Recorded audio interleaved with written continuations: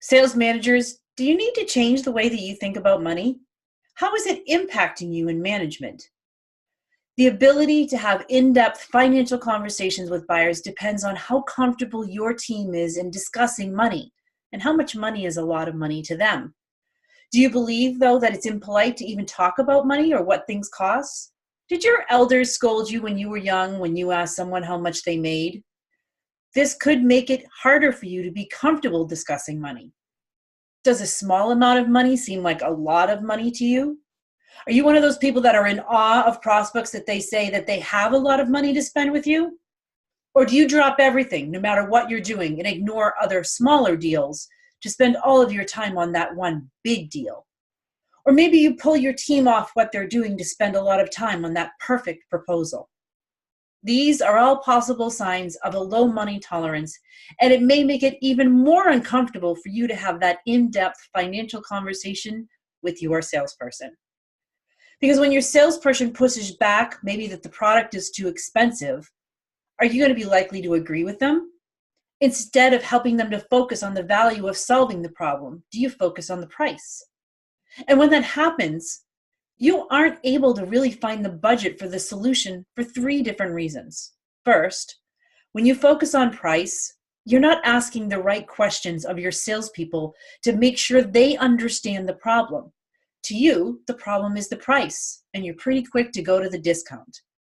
And because you can understand, it seems like a pretty high price to you, well, of course you need a discount. Second, selling on price doesn't let you or your salesperson get in front of the actual decision maker, who's the one that can tell you what the real problem is and the actual value of the solution. Third, the price of the solution doesn't matter as much as the price of doing nothing. When you negotiate based on price, you miss discussing the cost of doing nothing or the cost of consequences to the buyer, and neither will your salesperson. Proposals and quotes are rejected and delayed as a result of all of this. Some of the other symptoms of not being comfortable discussing money can include not uncovering budget or finding more budget, a lot of discounting and price negotiations, not uncovering the cost of the status quo, not finding an ROI, certainly not selling on value. This is a real problem when 21% of sales managers aren't comfortable discussing money, and 62% of salespeople aren't. But for managers who are not comfortable discussing money, their team is going to be 31% more likely to suffer the same trouble. Yet if a manager is comfortable discussing money, their team is 78% more likely to do so. Why is that? Why is talking about money such an issue for us? Because it's equated to status. If we don't have enough money, we fear that people are going to think we're a failure or lazy. And if we do have money, we can also have that fear that people will think we're snooty or that we must have ripped somebody off in order to get that money. This is why nearly half of Americans would rather talk about religion or sex or politics before they talk about money. As a manager, if you aren't able to talk about money with your salespeople, it's also going to make it very hard for you to help them to quantify what their personal goals are. It could be also that you become the wet blanket when that motivated, fired up salesperson comes in and says they want to double commissions next year, and you say, well, let's be realistic here. Never say if to your salespeople. Instead, ask, how do you think you're going to do it? So how do we get better at talking about money with our salespeople? To get over our own money issues, we need to have more conversations about money.